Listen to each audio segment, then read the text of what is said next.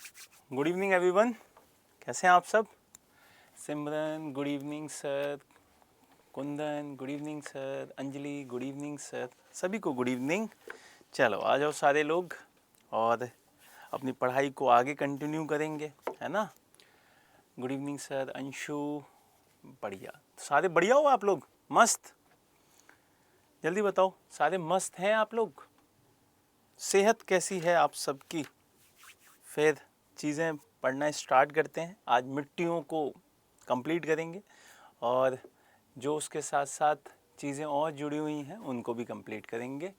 Kundan Yadav good evening सभी को। करण Radhe Radhe sir, Radhe Radhe मेरे भाई। चलो सब मस्त हैं, सब बढ़िया है। तो हमने सॉइल्स के बारे में बात कर रहे थे और Ravi Yadav hello sir, hello मेरे भाई।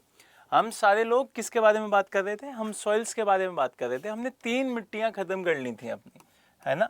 हमने 3 सॉइल्स ख़त्म कर ली थी। एक था एल्लू भाई को ख़त्म कर लिया था, एक रेड ख़त्म कर ली थी और एक हमने ख़त्म कौन सी कर ली थी, ब्लैक।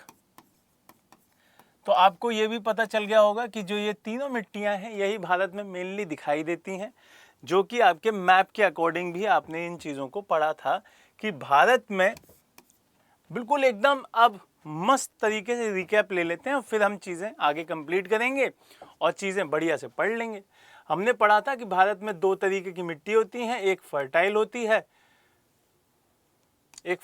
होती है और एक नॉन फर्टाइल होती है।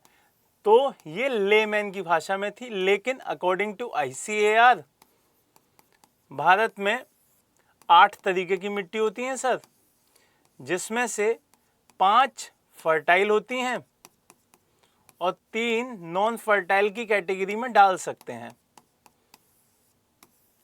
वो नॉन फर्टाइल जो दिखाई देती हैं उनके बारे में भी बात की थी और जो फर्टाइल दिखाई देती हैं उनके बारे में भी बात की थी। लेटराइट सॉइल भी हो गई थी सर। अच्छा, लेटराइट भी हो गई थी, बहुत बढ़िया बात है। 4 हो गई थी, 4 रह गई थी।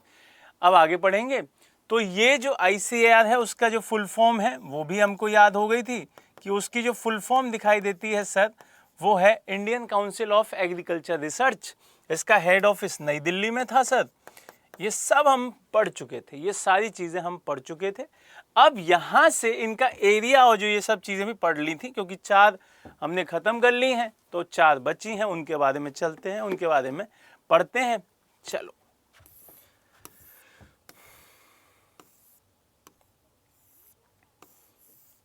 हमने लेटराइट ख़त्म कर ली है पूरी। तो अब जो नेक्स्ट दिखाई देती है वो दिखाई देती है डेजर्ट सॉइल। डेजर्ट सॉइल का आपको सीधे सीधे मतलब समझ में आ रहा होगा कि ये रेगिस्तानी मिट्टी है। कैसी मिट्टी है भाई, रेगिस्तानी मिट्टी है, शुष्क मिट्टी है। यहाँ पे पानी की प्रेजेंस कम होगी, अपने आप ये चीज़ आपको बहुत बेहतर तरीके से याद होगी।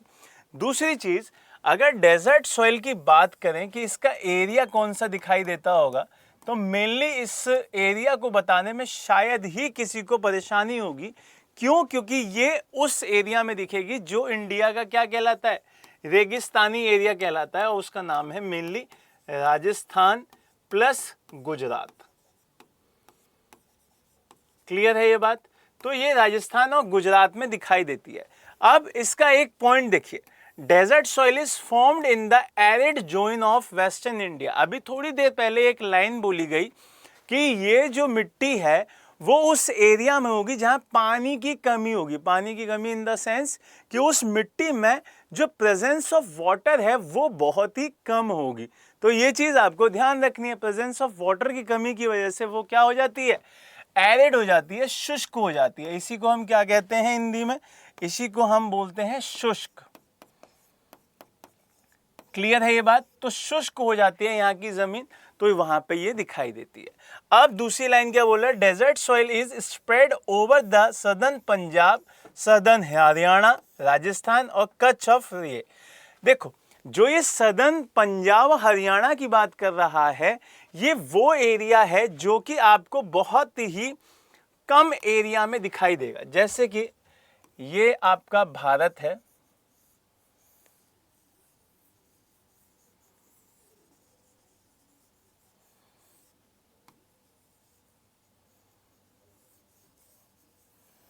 ये आपका इंडिया दिखाई देता है, मेरा भी इंडिया दिखाई देता है भाई, है ना। देखो क्या बोल रहा है, एक तो ये जो एरिया है ये कच्छ वाला एरिया है गुजरात, ये जो एरिया दिखाई देता है ये राजस्थान, ये जो हल्का सा एरिया दिखाई देता है वो साउदर्न पंजाब दिखाई देता है, और ये जो हल्का सा एरिया दिखाई देता है वही क्या दिख रहा होता है, हरियाणा का साउदर्न पार्ट।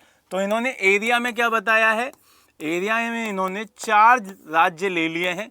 एक लिया है इन्होंने साउदर्न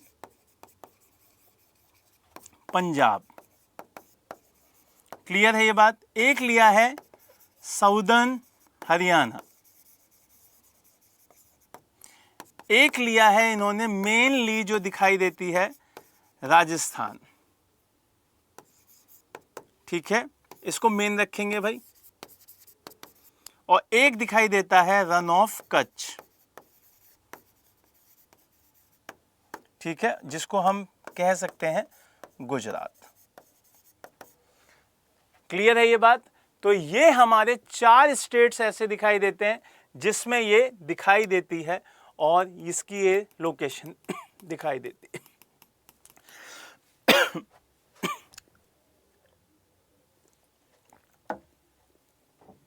ठीक है, चलिए अब आगे बढ़ते हैं और इससे आगे की चीजें देखते हैं कि इसमें खेती कौन सी हो सकती है। अगर खेती की बात की जाए तो बेसिकली ये खेती योग्य है नहीं, लेकिन फिर भी हम क्या करते हैं कि जहाँ पे कुछ नहीं होता वहाँ पे भी ट्राई करते हैं, क्योंकि हम क्या हैं, इंडियंस हैं, हम भारतीय हैं। हम उस बंजर ज़मीन से भी चीज़ें उगा लेते हैं जिस बंजर ज़मीन को लोग ऐसे ही छोड़ देते हैं। तो भारत अलग तरीके का, आपको एक फैक्ट भी बताता हूँ। एक फैक्ट है कि थार डेजर्ट जो दिखाई देता है, थार, वो वर्ल्ड का सिंगल डेजर्ट ऐसा है जहां पे वर्ल्ड में सबसे ज्यादा पॉपुलेशन रहती है। समझ रहे हैं, पूरे विश्व में अकेला ऐसा ये डेजर्ट है जिसमें सबसे ज्यादा जनसंख्या दिखाई देती है। हम रेगिस्तान में भी जी लेते हैं, समझ रहे हो, अलग तरीके का देश है हमारा। सर जरा रिपीट करा दो, मेरा कनेक्शन चला गया था। हम तो बिहारी हैं। अच्छा देखो करण, क्या बताया मैंने ये बताया कि जो डेजर्ट सॉइल होती है वो 4 स्टेट्स में मिलती है। एक दिखाई देता है साउदर्न पंजाब, एक दिखाई देता है साउदर्न हरियाणा, एक राजस्थान और एक गुजरात। क्लियर, मेनली ये राजस्थान में दिखती है और गुजरात में दिखती है। यहाँ पर अब हम फसल की बात कर रहे हैं, खाद्यान्नों की बात कर रहे हैं कि यहाँ पे जो खेती के लिए की जाती है वो अनुपयुक्त है। देखो क्या लिखा हुआ है, अनुपयुक्त मतलब ये अनसुटेबल है, इसमें खेती नहीं हो सकती है। बट फिर भी यहाँ के लोग कुछ फसलें करते हैं जिनका नाम क्या है, जिनका नाम एक तो मिलेगा कल्टीवेशन में ग्रेन्स। क्या मिलेगा भाई, ग्रेन्स मिलेगा, जिसको हम क्या बोलते हैं भाई, जिसको हम बोलते हैं ज्वार। एक तो बोलते हैं ज्वार, ठीक है। फिर दूसरा आपको दिखाई देगा मोस्ट इंपॉर्टेंट दालें। क्या मिलेगा भाई, और मिलेट्स मिलेगा, बाजरा, मोटे अनाज मिलेंगे, ठीक है, क्रॉस ये मिलेगा। फिर आपको मस्टर्ड मोस्ट इंपॉर्टेंट है। मस्टर्ड को आपने घर में तेल के रूप में भी यूज किया होगा। तेल का मतलब सरसों का तेल,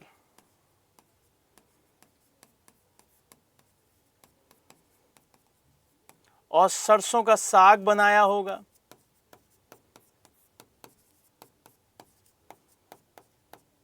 समझ रहे हैं, आपने देखा होगा जो वहाँ के लोग हैं वो मिलेट्स का जो बाजरा होता है उसकी रोटियां भी बहुत अच्छे से खाते हैं। तो बाजरा बहुत होता है, बहुत ज़्यादा होता है बाजरा। तो आपको ये चीज़ें याद रखना है। यहाँ पे भी लिखा हुआ है ज्वार, बाजरा और मोटा अनाज, सरसों भी लिखा हुआ है। तो ये चीज़ें आपको याद रखनी है कि इस पूरी की पूरी मिट्टी में जो आपकी कहाँ की कहला रही होती है, डेजर्ट सॉइल कहला रही होती है। वहाँ से अगर आपसे पूछा जाए कि कौन कौन सी क्रॉप्स हो सकती हैं, तो आपका सबसे बड़ा, सबसे मेन, सबसे जल्दी आंसर देने के लिए क्या होगा, सबसे पहले मस्टर्ड बोलिएगा। क्यों, क्योंकि सरसों सबसे ज़्यादा बढ़िया वहाँ उगती हुई दिखाई देती है। ये चीज़ आपको याद रखनी है। दूसरा बाजरा बोलिएगा। क्या बोलिएगा, बाजरा बोलिएगा, जिसको हम मिलेट्स बोल रहे होते हैं, वो भी आपको याद रखना है। मिलेट्स में क्या होता है, मिलेट्स में कि बहुत ही ज़्यादा पावर के साथ वो, जब राजस्थानियों को देखेंगे आप, राजस्थानी लोगों को, गजब खाते हैं उसको, मतलब बढ़िया बढ़िया लड्डू बना लेते हैं, उसमें गुड़ वगैरह डाल के, घी वगैरह डाल के, मस्त ताकत देता है, मस्त मजबूत दिखाई देती है बॉडी। इसीलिए आप देखेंगे हरियाणा हुआ, पंजाब हुआ, राजस्थान हुआ, इस सारे एरिया की जितने भी लोग हैं वो आपको पहलवानी करते हुए दिखेंगे, और उनके पास जो ये बाजरा है उसकी रोटी खाने में कोई शर्म नहीं करेंगे। सरसों का साग खाते हैं वो लोग, क्यों? क्योंकि वहाँ पे यही होता है, वो इजीली वहाँ पे उसकी कल्टीवेशन कर सकते हैं। क्लियर है ये चीज़? तो ये आपको बहुत बहुत अच्छे से याद रखना है, और चीज़ें इसकी ज़रूरी हैं आप तक पहुँचना। तो यहाँ पे लिख लीजिएगा, जो यहाँ क्रॉप्स होती हैं 1 2 3 और ये 4, पहली लिखिएगा ग्रेन्स होते हैं एक, तो फिर दूसरा लिख लीजिएगा मिलेट्स दिखाई देते हैं, मिलेट्स। एक लिखिएगा आपका मस्टर्ड, ठीक है, मस्टर्ड। तो ये आपको याद रखना। अच्छा, एक और लिख लीजिए, क्रॉस ग्रेन्स लिख लीजिएगा, मोटा अनाज। क्लियर है ये बात? तो ये आपको याद रखना है। कुंदन कह रहे हैं हम तो बिहारी हैं, बिहार में लिट्टी बाटी चोखा खाते हैं ना, क्या क्या खाते हैं वहाँ पे? दाल भात चोखा, है ना? हाँ, वहाँ दाल बहुत हो जाती है, भात बहुत होता है, चावल बहुत होता है उस एरिया में, तो भात बहुत खाते हैं वो लोग। ठीक, चलिए अब यहाँ पे थोड़ी सी बात की जाए। कई जगहों पर मरुस्थलीय मृदा के नीचे जलोढ़ मृदा पाई जाती है, जहाँ बेहतर जल और भूमि प्रबंधन के द्वारा कृषि का कार्य किया जाता है। जैसे कि आप देखोगे कि एक एरिया है, आपको इसी राजस्थान में बताता हूँ। जब आप राजस्थान का मैप देखोगे तो कुछ ऐसा दिखाई देगा, ठीक है, ये राजस्थान का कुछ मैप ऐसा दिखाई देगा। तो इस एरिया में, ऊपर वाले एरिया में, जो गंगानगर साइड कहलाएगा, जो बच्चे राजस्थान के होंगे वो समझ जाएंगे, जो गंगानगर साइड का एरिया है। सर मोटा अनाज क्या होता है? मोटा अनाज होता है जैसे जो मक्का का दाना वगैरह हुआ, ये सब, ठीक है, ये मोटे अनाज होते हैं। अब यहाँ पे जो गंगानगर है, वहां आपको पता है नदियां हैं, ड्रेनेज सिस्टम वहां पे आता है, रिवर्स का पानी वहां दिखाई देता है, नहरें वहां पे, कैनाल्स दिखाई देती हैं। उसकी वजह से क्या होता है, इस मिट्टी के नीचे, जो आपकी डेजर्ट वाली मिट्टी है, उसके नीचे एक मिट्टी और सतह दिखाई देती है, जिसका नाम क्या है? एलुवियल सॉइल, जिसको हिंदी में जलोढ़ कह रहे होते हैं। जब ये है यहाँ पे और ये पानी वगैरह यहाँ पे मिल रहा है, तो इसकी वजह से ये उपजाऊ हो जाती है। क्या हो जाती है? उपजाऊ हो जाती है, और यहाँ पे फसल अच्छी होती है।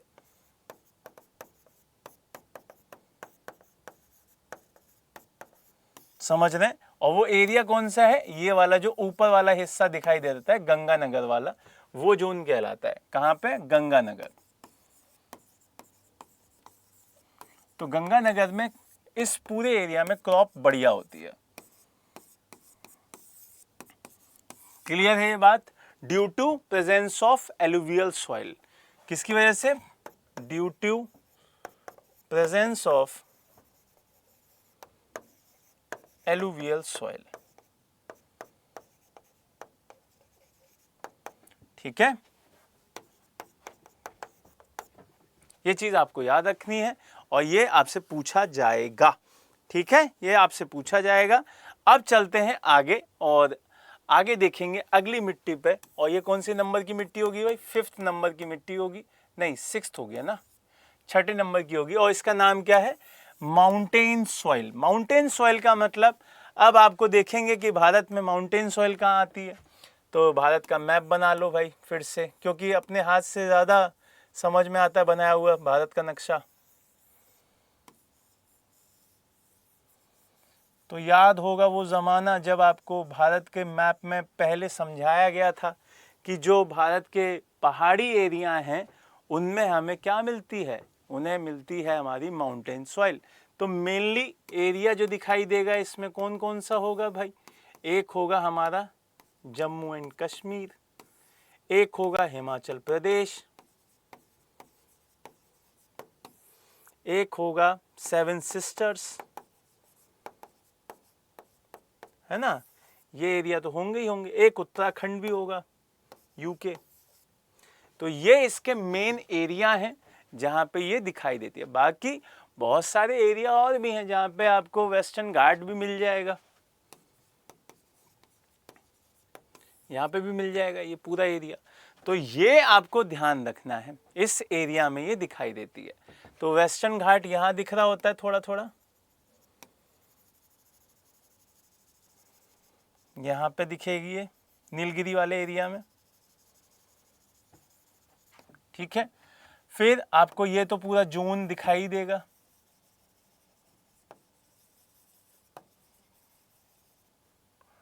ये दिखाई देगा एरिया, ठीक। तो यहाँ पे दिखाई देती है। तो ये आपको याद रखना है कि ये किसका एरिया, ये माउंटेन सॉइल का एरिया है। अब यहाँ पे कैसी फसलें होंगी, किस तरीके का मसला रहेगा, उसको देखते हैं, उनको जानते हैं। इसका एरिया बता रहा है पहले, एरिया बहुत इजी है, अभी हमने पढ़ लिया। जम्मू एंड कश्मीर है, हिमाचल है, उत्तराखंड है, सिक्किम, अरुणाचल, ये सारा एरिया हम पढ़ चुके हैं। यहाँ तक कि हमने और भी एरिया कवर कर लिया इसमें। फिर दूसरी क्या लाइन बोल रहा है, ये मुख्यतः वन प्रदेशों की मृदा है, इसीलिए इसे वनीय मिट्टी भी कहते हैं। क्यों कह रहा है ये वनीय मिट्टी? क्योंकि आपको पता है कि इन जो एरिया में फॉरेस्ट बहुत मिलते हैं। क्या बहुत मिलते हैं भाई? फॉरेस्ट की प्रेजेंस मैक्सिमम यही दिख रही होती है। तो इसी वजह से इस पूरे एरिया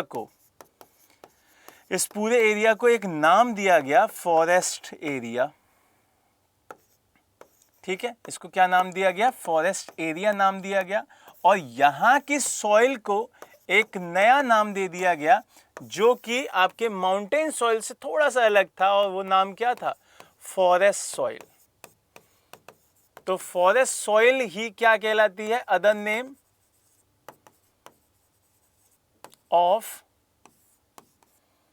माउंटेन सॉइल।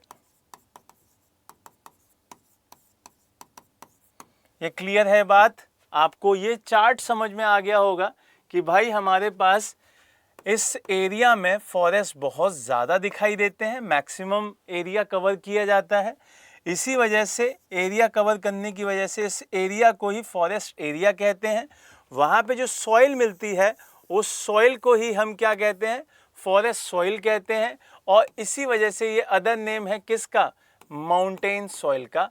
तो ये चीज़ आपको ध्यान रखनी है। इसका एरिया जम्मू एंड कश्मीर, हिमाचल प्रदेश और 7 सिस्टर्स प्लस उत्तराखंड और हिमाचल प्रदेश दिखाई देता है।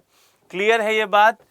इतना क्लियर है आप सभी को? अगर ये डाटा क्लियर है तो इसको लिख लीजिए, एरिया और ये सब लिख लीजिएगा, ठीक है।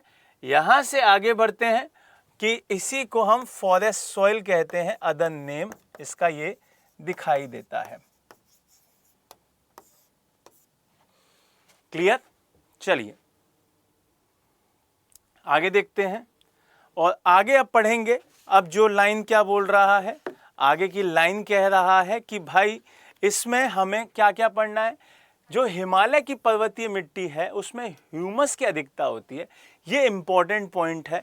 इंपॉर्टेंट पॉइंट क्या बोल रहा है, आपको ये फोकस में रखना है, इंपॉर्टेंट फैक्ट याद रखनी है।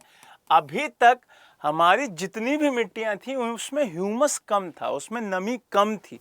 अब यहाँ पे ह्यूमस ज़्यादा है। The soil of Himalayan mountain is rich in humus. तो ये अपने आप में मैक्सिमम इंपॉर्टेंट पॉइंट है ये। क्यों? क्योंकि यहाँ ह्यूमस ज़्यादा है, ज़्यादा ह्यूमस दिखाई देता है।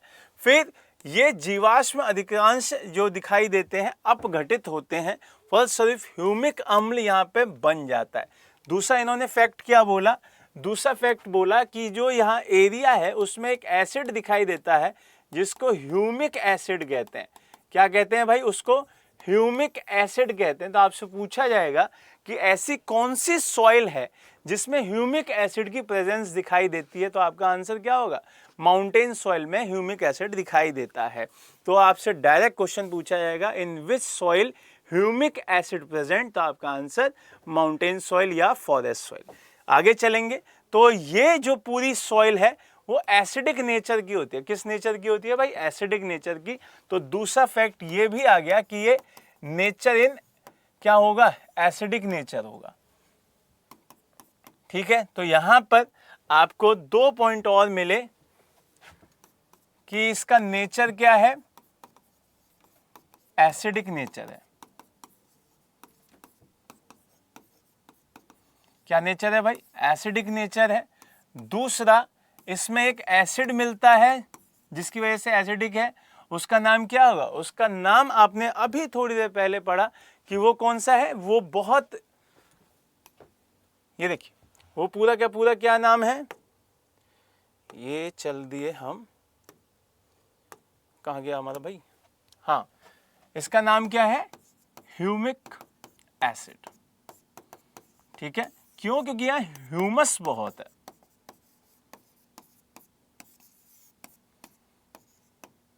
इस मिट्टी में ह्यूमस बहुत दिखाई देती है, इसी वजह से ह्यूमिक एसिड यहां दिखाई देता है। तो ये फैक्ट आप लिख लीजिएगा, ये आपके लिए बहुत इंपॉर्टेंट है, बहुत काम आएंगे। ये यहां पे डाटा मैंने लिख दिया है।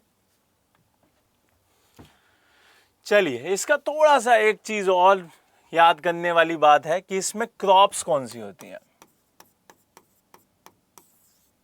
देखो, क्रॉप्स की बात करें, एग्रीकल्चर की बात करें, तो एग्रीकल्चर कैसे हो सकती है। अब अगर कोई माउंटेन है ना, तो माउंटेन पे स्लोप दिखाई देता है। क्या दिखाई देता है भाई, स्लोप दिखाई देता है। अब स्लोप जब दिख रहा है, क्या दिख रहा है भाई, स्लोप अगर कोई दिख रहा है, ढाल जिसे कहते हैं, हिंदी में ढलान कहते हैं या ढाल कहते हैं, अगर स्लोप दिख रहा है, तो जैसे अगर मैं ऐसे कोई माउंटेन है, तो इस पर तो स्लोप है ही नहीं, कुछ भी करोगे नीचे बह जाएगा। लेकिन अगर ऐसे कर दूं तो ये स्लोप है। ठीक है, अगर ऐसा माउंटेन होगा तो क्या ये हो पाएगा, कुछ नहीं हो सकता।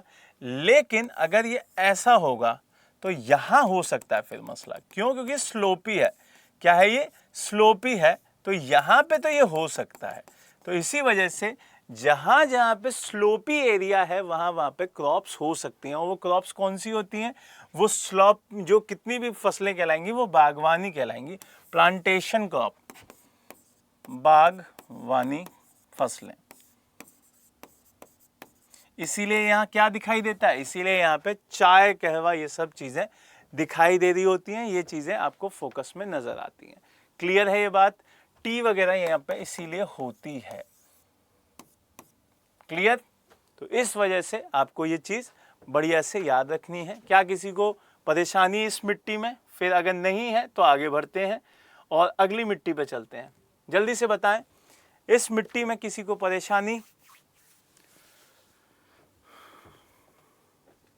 जल्दी बताएं, इस मिट्टी में किसी को परेशानी।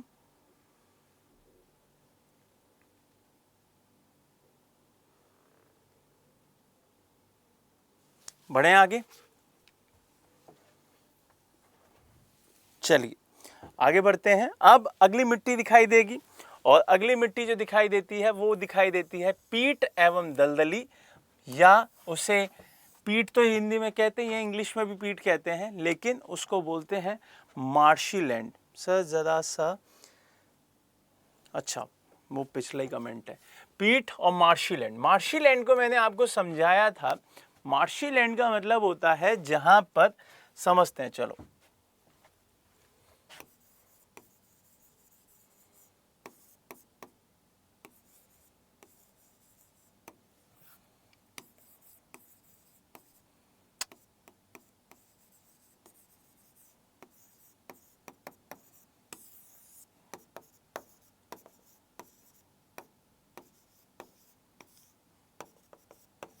समझिएगा। देखो, मार्शी लैंड कहाँ बनती है, मार्शी लैंड बनती है जहां पे वेटी एरिया भी हो और जहां पे आपका हार्ड फॉर्म, जो ड्राई एरिया भी होता है ना, वो भी हो। तो ये दोनों जब जुड़ जाते हैं तो क्या बन जाता है, मार्शी लैंड बन जाता है, जहां पानी भी मिल जाए और जहां जमीन भी मिल जाए। तो ये दोनों मिलके क्या बना लेते हैं, मार्शी एरिया बना लेते हैं, दलदली जमीन ही बना लेते हैं। कि पानी भी आता जा रहा है, मिट्टी भी है, तो आदमी क्या करेगा, वहाँ फंस जाता है ना, दलदल कहते हैं जिसे, वो यही हिस्सा होता है। तो वहाँ पे फसल होगी नहीं होगी, बिल्कुल ख़राब एरिया हो जाएगा।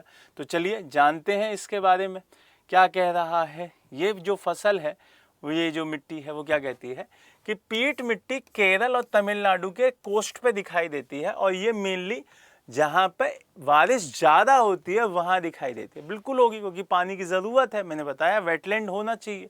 तो पीट soil founded in the high rainfall area Kerala and Tamil. आपको पता है केरल में मानसूनी बारिश की वजह से होती है और तमिल में लौटते हुए रिवर्स मानसून की वजह से होती है। क्लियर है ये बात? यहाँ मानसून और वहाँ रिवर्स मानसून। फिर वहाँ पे जो आपको बोल रहा है कि मिट्टी के रेनफॉल के जमाव की वजह से, मिट्टी के जल और इन सब के जमाव की वजह से पीट जो मिट्टी है वो बनती है, वहाँ पे निर्माण होता है। पूरा का पूरा आपको ये समझ में आना चाहिए और इसी से ये आपको समझ में आएगी कि हाँ भाई ये मिट्टी है इस तरीके से बनती होगी। क्यों? क्योंकि पानी की ज़रूरत तो लेटराइट में भी होती थी, केरल में लेटराइट भी मिल रही थी, तो इसका मतलब दलदली भी मिल रही है। हाँ मिलती है। क्यों? क्योंकि जहाँ पर भी आपको ये एरिया मिलेगा गादीला गदीला, वहाँ पे आपको दलदली ज़मीन मिलेगी। ये चीज़ आपको बहुत अच्छे से याद रखनी है। अब यहाँ से पीट मिट्टी का जो निर्माण है, फॉर्मेशन ऑफ वो है, तो वो किसकी वजह से है? वो डिके ऑफ वेजिटेशन की वजह से है। समझो ये कोई एरिया है, ठीक है, यहाँ पे कोई नदी है या बारिश है, कुछ भी आया तो उसने पत्तों को क्या कर दिया? सड़ा दिया। क्या कर दिया भाई? सड़ा दिया, उसको एकदम बर्बाद कर दिया, डिकम्पोज कर दिया। क्या कर दिया? डिकम्पोज कर दिया, डिकम्पोजिशन कर दिया उसका। और जब डिकम्पोजिशन हुआ उस वेजिटेबल का तो वो सड़ गए वहाँ पे, और सड़ गए तो वो इस मिट्टी का क्या करते हैं? फॉर्मेशन करते हैं, इस सॉइल का फॉर्मेशन कर देते हैं। दूसरी लाइन क्या बोल रहा है? पीट मिट्टी में ह्यूमस की मात्रा अपेक्षात्मक अधिक होती है। क्यों? क्योंकि बिल्कुल होगी। अभी थोड़ी देर पहले हमने माउंटेन सॉइल भी पढ़ रहे थे, वहाँ पे भी है, वहाँ पे भी आपको दिख रहा है कि हाँ ह्यूमस ज़्यादा है। यहाँ भी है कि पीट soil contains relatively high amount of humus, लेकिन यहाँ पे ह्यूमिक एसिड नहीं मिलता है। ह्यूमस ज़्यादा है लेकिन ह्यूमिक एसिड नहीं है। ये चीज़ आपको ध्यान रखना है कि ह्यूमिक एसिड यहाँ पर नहीं दिखाई देता है। ये चीज़ आपको बिल्कुल अपने दिमाग में सेट कर लेनी है। क्लियर है ये बात? भारत में दलदली मिट्टी में सर्वाधिक ह्यूमस की मात्रा पाई जाती है, लगभग कितने परसेंट? 50%। ये चीज़ अब आपको ध्यान रखनी है कि जो आपकी सॉइल है, कौन सी सॉइल? आपकी पीट सॉइल जो दिखाई देती है या मार्शी सॉइल जो दिखाई देती है, उसमें सबसे ज़्यादा क्या दिखाई देता है? ह्यूमस इसी में सबसे ज़्यादा दिख रही होती है। ह्यूमस की सबसे ज़्यादा परसेंटेज यहीं दिखाई दे रही होती है। तो ये चीज़ भी आपको बहुत अच्छे से ध्यान रखनी है। और ये चीज़ आपसे पूछा जाएगा कि in which soil humus capacity is maximum या ह्यूमस परसेंटेज मैक्सिमम, तो आपका आंसर क्या होगा? आपका आंसर होगा पीट या मार्शी सॉइल। क्लियर है ये बात? तो इस चीज़ को आपको बहुत अच्छे से ध्यान रखना है। अगले पे चलते हैं। अगला है दलदली मिट्टी मुख्यतः ऐसे तटीय क्षेत्रों में पाई जाती है जहां पे समुद्र का ज्वारीय जल प्रवेश कर जाता है। अब ये क्या लाइन बोल रहा है? ज्वारीय क्या बोलता है ये समझ लेते हैं। अगर कोई कोस्ट लाइन है, कौन सी? कोस्टल एरिया है, तो उस कोस्टल एरिया में टाइड्स बहुत आते हैं। अब इसी को क्या कहते हैं? ज्वार। जब टाइड्स समझाऊंगा तो समझाऊंगा कि ये कैसे आते हैं। एक तरफ पृथ्वी अर्थ होती है, एक तरफ मून होता है, और इसी के साथ साथ आपको सन दिखाई देता है, तब ये केस बनता है। इसको समझाएंगे, है ना। तो ये टाइड्स क्या कहते हैं? लहरें, पानी की लहरें ये आती हैं झमाझम। चलो बना के दिखा देते हैं। अब ये है, ये ऐसे आएगी, ये ऐसे आएगी, ये समंदर है ना।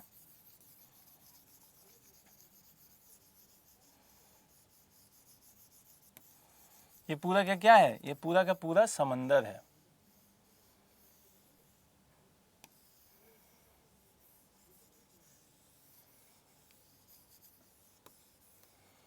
अब क्या होगा? इसमें बीच बीच में क्या आती हैं? लहरें आती हैं। आपने देखा होगा यहाँ कंकड़ बने होते हैं, तो ऐसे ऐसे ऊपर ऊपर लहरें आती हैं, मस्त, है ना। जब ये लहरें आती हैं तो इसी को टाइड्स कहा जाता है। क्या कहा जाता है? टाइड्स कहा जाता है। और ये चीज़ आपको ध्यान रखनी है। टाइड्स इधर भी बहुत आती हैं। ये आपने देखा है ना, मुंबई में पिक्चरों में शूट करते समय लहरें आती हैं, झमाझम पैरों को छू के चली जाती हैं और गाना बजता है, ये मौसम सुहाना, ये वो, है ना। तो ये सब वैसे ही है। तो यहाँ पे आपको ध्यान रखना है कि टाइड्स की वजह से भी पूरा गाद वाद सब इकट्ठा हो जाता है, पानी इकट्ठा हो जाता है, वो सड़ जाता है और ये मिट्टी बन जाती है। क्लियर है ये बात? तो ये चीज़ भी आपको ध्यान रखना है। आगे चलते हैं, आगे क्या कह रहा है, गंगा, महानदी, गोदावरी, कृष्णा, कावेरी, इन नदियों के साथ भी जो गदीला एरिया होता है उससे भी ये बन जाती है। बिल्कुल बनेंगी, क्यों नहीं बनेगा भाई, बिल्कुल बनेगा। कैसे? अगर कोई नदी है, कोई नदी अगर पानी ऐसे लेके जा रही है तो इसके साथ सेडिमेंट्स भी लेके जाएगी। अब सेडिमेंट्स लेके जा रही है तो यहाँ इकट्ठा कर देगी, तो ये भी बना देगी। तो ये दूसरा रीज़न हो गया, रिवर्स की वजह से। ठीक है, ये भी क्या करती हैं, फॉर्मेशन करती हैं, किसका, जो आपकी मार्शी लैंड है, मार्शी जो आपकी सॉइल दिखाई देती है उसका। क्लियर है ये चीज़? चलिए आगे चलते हैं और आगे समझते हैं। अगली जो दिखाई देती है हमारी लवणीय और क्षारीय, जिसको हम इंग्लिश में क्या बोलते हैं, सैलाइन और एल्काइन। ये आपको बहुत सीधे सीधे समझ में आएगा कि इसका एरिया क्या है, इसका क्या जोन है। ये मैंने पहले ही बताया था, मेन फैक्टर क्या होता है इसका बनने का,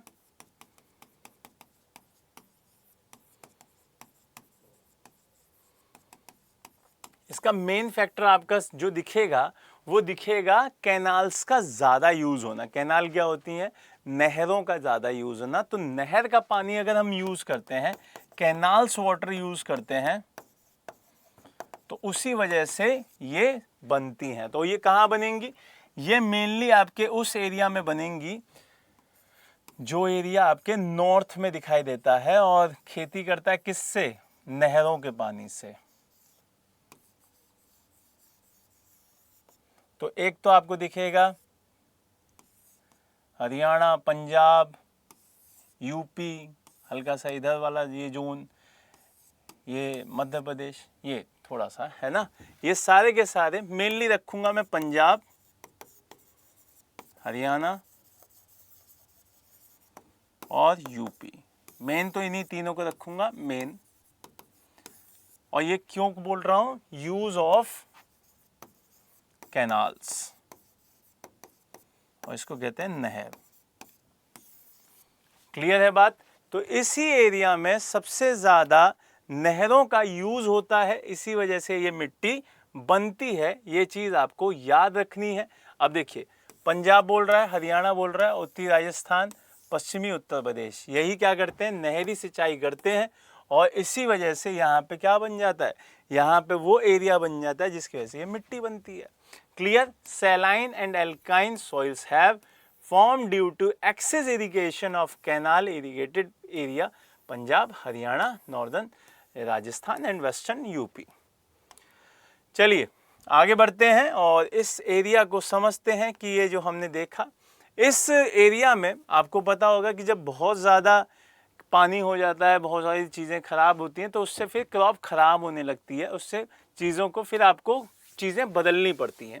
तो इस एरिया में इस मृदा का निर्माण सामान्यतः शुष्क एवं अर्ध शुष्क किंतु अधिक सिंचित क्षेत्रों में जल जमाव के कारण होता है। मतलब क्या बोल रहा है कि जब हाईली इरिगेट कर देंगे हम किसी भी एरिया को, हाईली इरिगेट का मतलब बहुत ही ज़्यादा एक्सेस में पानी भेज दें। अब जैसे आपको मैं बहुत ही ज़्यादा किसी टॉपिक के बारे में पढ़ा दूं और उसका एक ही क्वेश्चन आना है, आपको 10 दिन उसी पे लगा दूं, कोई मतलब है उस चीज़ का? कोई मतलब नहीं है। तो जब किसी भी टॉपिक को आप उसी कैपेसिटी के हिसाब से पढ़ेंगे, जिस कैपेसिटी के हिसाब से उस पेपर में आना है, तभी उसका यूज़ है। वैसे ही यहाँ पे कि जब आप बिना बात के पानी डाले जा रहे हैं तो वो मिट्टी खराब होगी। तो वो यही होता है, वो दिखाई देता है कि भाई मिट्टी आपकी खराब हो गई, आपने पूरा एरिया खराब करा दिया। क्लियर? तो ये चीज़ आपको ध्यान रखनी है। और इस क्षेत्र में क्या होता है कि इस एरिया में पूरा का पूरा जो एरिया है वो बहुत ज़्यादा पानी को बार बार यूज़ कर रहा है। उससे क्या होता है कि पूरी जो वहाँ की सॉइल है वो ख़राब हो जाती है, वहाँ की टेंडेंसी चेंज हो जाती है। उससे वो फिर चीज़ें बदल जाती हैं कि जिस टेंडेंसी की वो मिट्टी थी। क्योंकि मैंने स्टार्टिंग में आपको एलुवियल सॉइल बताई थी। एलुवियल सॉइल क्या करती है कि अपनी टेंडेंसी नदियों की वजह से ही बना रही थी, लेकिन जब नदियों की ही वजह से वो बनी थी और पानी आप उसमें कैनाल से भी डाल दे रहे हैं तो वो ख़राब हो जाएगी, तो फिर उसी एरिया में ये ज़मीन भी दिखने लगती है। तो इसी एरिया में आपको एलुवियल सॉइल दिख रही थी और इसी एरिया में आपको क्या दिख रही है, आपको ये मिट्टी भी दिखाई दे रही है। तो ये चीज़ भी ध्यान रखनी है, तो ये चीज़ भी आपको नोट करनी है। इसके रिजल्ट क्या है, इसके रिजल्ट ये दिखाई देते हैं कि इस पूरी मिट्टी पर एक सफ़ेद सी परत दिखने लगती है। क्या दिखने लगती है भाई, सफ़ेद सी परत दिखाई देती है।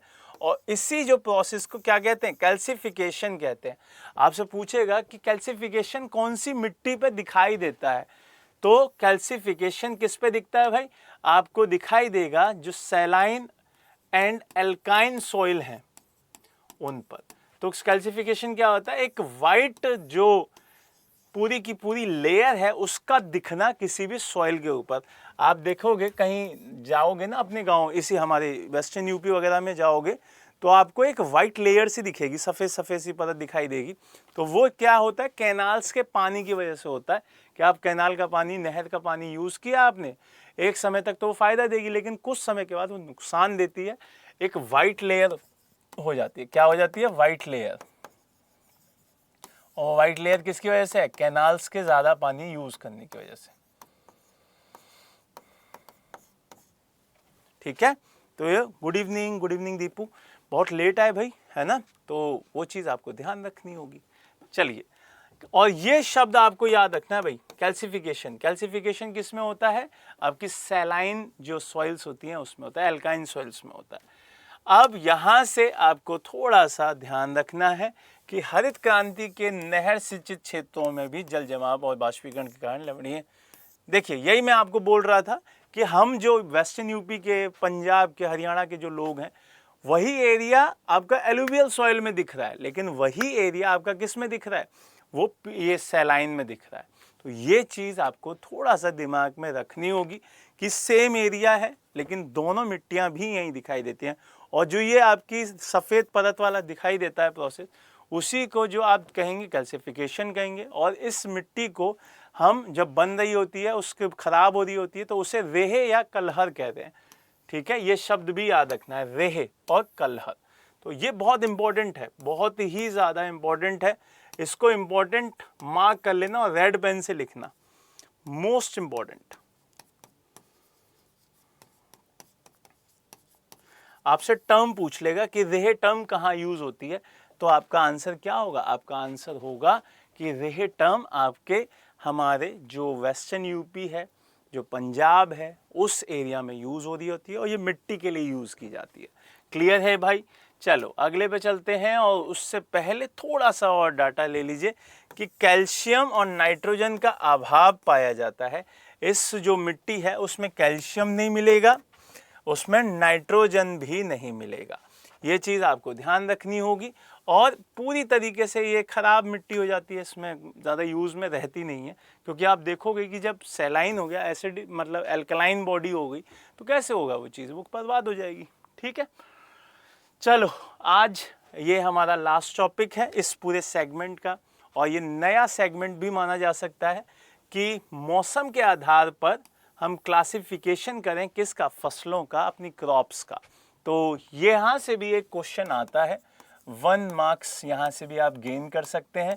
और वो किया जाता है 3 तरीके से। बहुत छोटा सा टॉपिक है, मैं बहुत ज़्यादा लेट हो गई हूँ, बिल्कुल हो तो गई हो।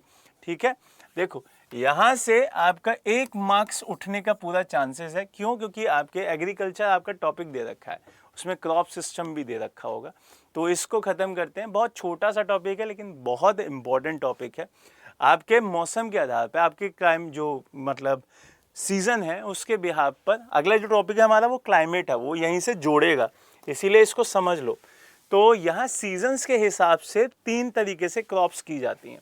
पहली जो क्रॉप्स है वो आपकी खरीफ कहलाती है। कौन सी कहलाती है भाई, खरीफ कहलाती है। दूसरी जो क्रॉप है वो आपकी रबी कहलाती है, और जो तीसरी क्रॉप है वो आपकी जायद कहलाती है। ये तीनों क्रॉप्स बहुत इंपॉर्टेंट हैं। आपसे पूछा जाएगा कि इंडिया में कितने तरीके की जो हमारी फसलें हैं वो पाई जाती हैं, crops, how many types of crops present in India, तो आपका आंसर क्या होगा, 3।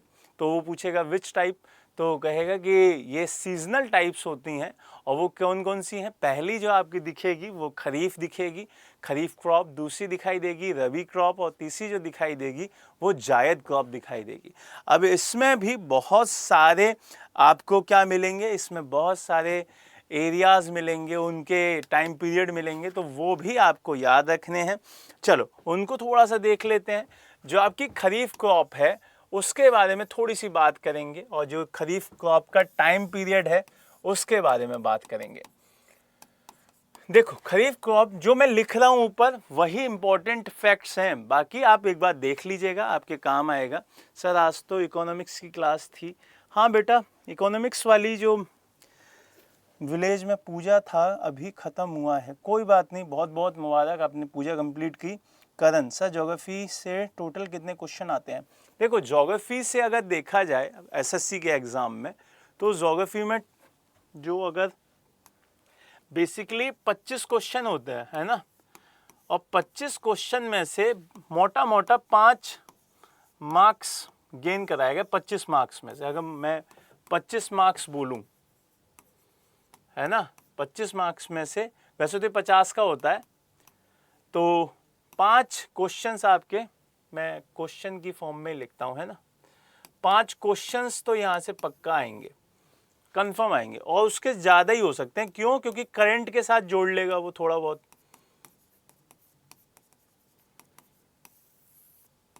तो करंट अफेयर्स के साथ अगर ये जोड़ लिया तो 6 से 7 तक भी जा सकता है, समझ रहे हैं? 25 में से 6 से 7 भी जा सकता है। अब वो थोड़ा सा उसकी लैंग्वेज चेंज कर देगा, वो सारी चीज़ें चेंज कर देगा, है ना। सुधीर राधे राधे मेरे भाई, तो वो चीज़ है, ठीक। तो उस चीज़ को थोड़ा सा ध्यान रखिएगा। अब देखो यहाँ पे थोड़ा ध्यान दो, ये थोड़ा इंपॉर्टेंट है। खरीफ का जो टाइम पीरियड होता है वो क्या होता है? वो टाइम पीरियड होता है आपका जून जुलाई में, इसको ना बोया जाता है। क्या किया जाता है? बोया जाता है, और सितंबर अक्टूबर तक इसको रखा जाता है। तो इसका टाइम पीरियड रहेगा जून जुलाई टू सितंबर अक्टूबर। क्लियर है? ये पूछा जाता है भाई, जून जुलाई से सितंबर अक्टूबर तक ये रहेगा। अब इसमें फसलें पूछी जाएंगी, क्रॉप्स कौन कौन सी होती हैं, तो उसकी एक स्लाइड मैंने नई बनाई है, उसको समझ लो। इसमें जो क्रॉप्स होती हैं वो होती है, एक तो आपकी पैडी धान, एक होती है आपकी मेज जिसको मक्का कहते हैं। बहुत इंपॉर्टेंट है, बहुत ही ज़्यादा, इसको बिल्कुल भी लाइट मत लीजिएगा, ठीक है, बिल्कुल भी लाइट मत लीजिएगा। टायर 2 में देखो, टायर 2 में जब आपका सेक्शनल पेपर होगा वहाँ पे अलग सेगमेंट रहेगा, वहाँ पे ये क्वेश्चंस बढ़ जाएंगे, 7 से 8 हो जाएंगे प्रॉपर। करंट के साथ जोड़ लोगे तो थोड़े से और बढ़ जाएंगे, वहाँ पे मसला चेंज होगा। यहाँ पर एक होती है ज्वार शोगुम, फिर मैलेट्स जिसको बाजरा कहते हैं, जूट, फिर कपास, ये बीन, कॉटन, बहुत बहुत ही ज़्यादा, रागी बहुत इंपॉर्टेंट है, मूंग की दाल बहुत है, फिर कोबोपी जो लोबिया कहते हैं ना, लोबिया कह देते हैं, क्या कहते हैं, हाँ लोबिया कहते हैं, और पीनट्स भी दिखाई देते हैं, ग्राउंड पीनट्स, तो मूंगफली। तो यहाँ इस पूरी जो आपकी कौन सी है, ये खरीफ की जो क्रॉप्स हैं वो आपकी ये सारी की सारी दिखाई देती हैं। यहाँ पे धान और ये सब देख लीजिएगा, ये पूछा जाता है। इसका टाइम पीरियड आपको पता चली गया, टाइम जून टू सितंबर अक्टूबर। क्लियर है? चलिए अगले पे चलते हैं। अगला दिखाई देगा रबी। रबी का जो टाइम पीरियड दिखाई देता है वो क्या दिखता है? अक्टूबर में जब वो खत्म हो रही है तो अक्टूबर से ये स्टार्ट होगा, अक्टूबर नवंबर में ये स्टार्ट होगी, और कब तक जाती है? जब तक बारिश नहीं आ जाती। कब तक जाती है भाई? जब तक बारिश नहीं आ जाती। वो बारिश जून जुलाई में जाती है, तो ये अप्रैल तक जाती है, मार्च अप्रैल तक कटना शुरू होने लगती है यहाँ से, ठीक, यहाँ से कटना शुरू हो जाती है, ठीक है। तो ये आपको ध्यान रखना है कि अक्टूबर नवंबर से लेके मार्च अप्रैल तक ये रहती है, उसके बाद कटना शुरू हो जाती है, और इसका जो मैक्सिमम आपको फसलें दिखेंगी बड़ी शानदार शानदार फसलें हैं। इसमें आपको गेहूं इंपॉर्टेंट दिखाई देगा, जिसको वीट कहते हैं। क्या कहते हैं भाई? वीट कहते हैं। वहां आपको धान दिख रहा था, यहाँ गेहूं दिख रहा है, ठीक है। यहाँ बारले मिलेगा, जौ, यहाँ ग्राम मिलेगा, चना, बसीम दिखाई देगा, सरसों दिखाई देगी, पीस दिखाई देगा।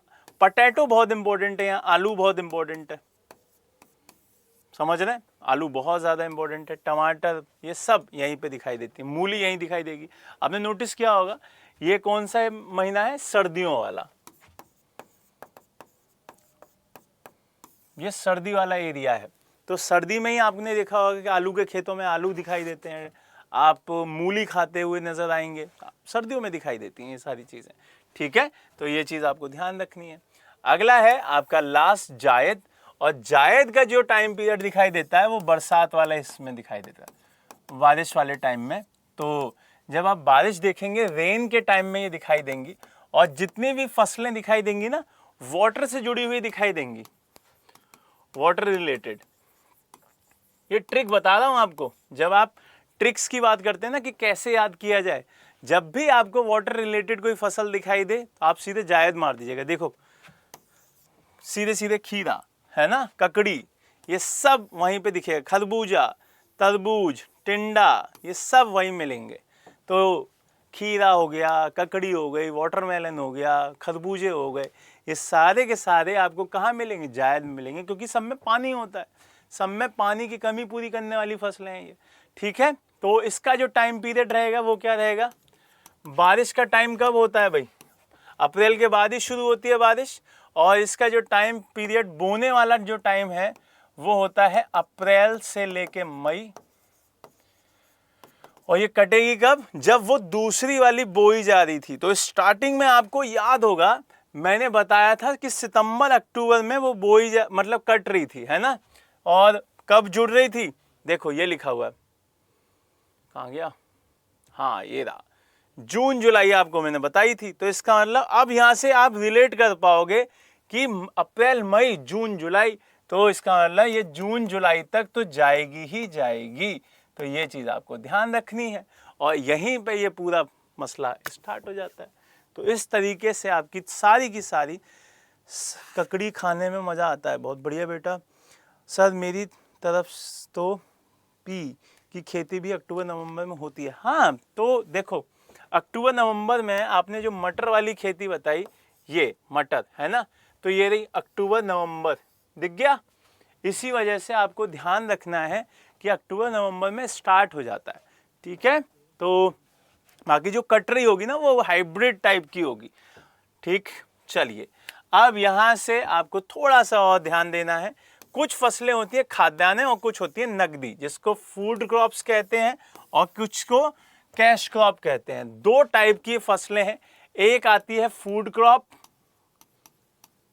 और एक आती है कैश क्रॉप। ये से भी क्वेश्चन पूछ लेता है वो, जो नगद पैसा दिलवा देती हैं आपको उन्हें नगदी फसल कहते हैं, और जो थोड़े टाइम तक सेव रखी जा सकती हैं, एक लंबे समय तक सेव की जा सकती हैं, उनको आप नगदी फसल नहीं कहते, उन्हें खाद्य फसल कहते हैं। जिसमें आपका राइस आता है, गेहूं आता है, आपका rice, wheat, millets, mazes and pulses, दालें, ये सब सेव किए जा सकते हैं, जिनको प्रिजर्व किया जा सकता है। लेकिन आपका गन्ना है, अगर थोड़े दिन रख दिया तो सूख जाएगा, खराब हो जाएगा, तो ये नगदी फसलें हैं। तिल है, खराब हो जाएंगे, उसका तेल ही खत्म।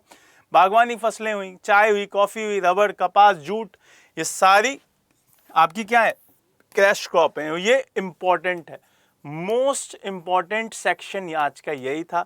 तो इसको आपको याद रखना है, और ये चीज आपसे पूछी जाएगी कि भाई आपकी कौन सी कैश क्रॉप है, कौन सी आपकी जो नगदी मतलब जिसको कैश क्रॉप कहते होते हैं, और दूसरी जो आपकी दिखाई दे रही होती है कि जिनको खाद्य क्रॉप कहते हैं, फूड क्रॉप्स जो कहते हैं, वो कौन सी है।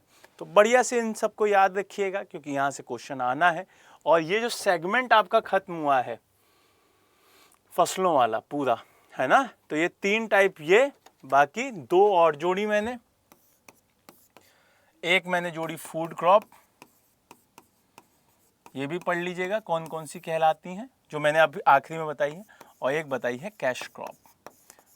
तो इन सभी को आप याद रखेंगे, और मैं इसका टेस्ट जल्दी ही लूँगा आपसे।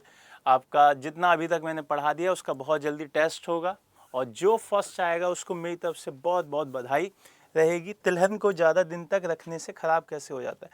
उसका ऑयल ख़राब हो जाता है ना, उसका ऑयल नहीं बचता, फिर उसमें आप देखेंगे कि घुन लग जाते हैं, बहुत सारी परेशानी आती हैं। इस तरीके के जो क्रॉप्स होती हैं उसमें बहुत सारी परेशानी आती हैं, तो वो फिर मज़े की चीज़ें रहती नहीं हैं। ठीक है, तो इस तरीके से आज हम यहीं पर अपना क्लास ख़त्म करेंगे, और चीज़ों को बढ़िया से रिवाइज़ करो। जो बच्चे लेट ज्वाइन हुए हैं वो इस पूरी क्लास को एक बार देख लेना, और अगली क्लास में कल हम, अगर कल मेरी क्लास होती है तो कल हम क्या करेंगे, क्लाइमेट स्टार्ट करेंगे। तो थोड़ा सा क्लाइमेट को बैठ के पढ़ लेना, उससे जब मैं पढ़ाऊँ तो आपको समझ में आए, उसको बढ़िया से समझना। ठीक है, तो आज के लिए बाय बाय, टेक केयर। और 9 बजे हम संस्कृति IAS पे मिलते हैं यूट्यूब पे रोजाना, तो उस पर आप ज्वाइन कर सकते हैं। संस्कृति PCS के चैनल पे उसको पढ़ सकते हैं, उसके क्वेश्चंस लगा सकते हैं। तो बढ़िया से पढ़िएगा, बढ़िया से रहिएगा। जय हिंद, जय Bharat. Bye bye Anjali, bye bye Nibha, सभी को bye bye, take care, God bless.